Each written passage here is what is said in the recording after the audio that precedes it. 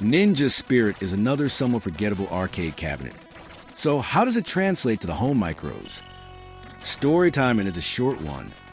Big Bad killed your dad, so you trek across temples, forests, marshland, and cliff faces fending off hordes of ninjas before weapons that all play differently. At the end of each level, there is a boss fight, which range from hard to bastard hard. You can leap about and block projectiles with your sword, which you'll be doing a lot, as this is one of the toughest challenges I've played. You do get the option to continue when all your lives are lost, which isn't on the Amiga version. Graphics are excellent for the most part, with well animated, if a little blocky sprites, and backgrounds that range from gaudy to excellent. Sound is also nice with some Eastern tin chiptunes and passable effects. It is coded by Chris Butler, who always seems to get the best from the 64, and this is no different. Gameplay is fast and hectic almost from the off, with enemies jumping you from every angle as you leap and slash your way through each level. Its difficulty is very much at the chucking your joystick through the TV level, but it still has that addictive quality. This is a slick, polished conversion, and is certainly one of the better action games on the 64, and well worth your time.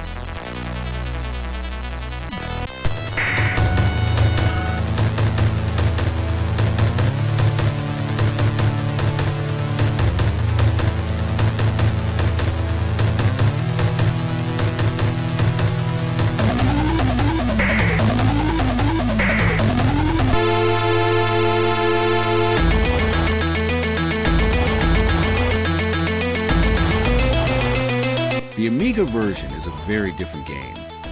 Firstly, the graphics are well detailed with some nice animations, and there are lots of background details as you progress. Unfortunately, it has the whiff of ST-ness with a washed-out look and some poor scrolling. Sound is okay with a nice selection of chiptunes that have a distinct 80s feel. Gameplay is where the difference becomes obvious, as this plays considerably slower than the 64 version, and, unfortunately, quite a bit harder with no continue option, making this a real pros-only game. This isn't as good as the 64 version, but still has its merits, but I recommend the 64 version over this one.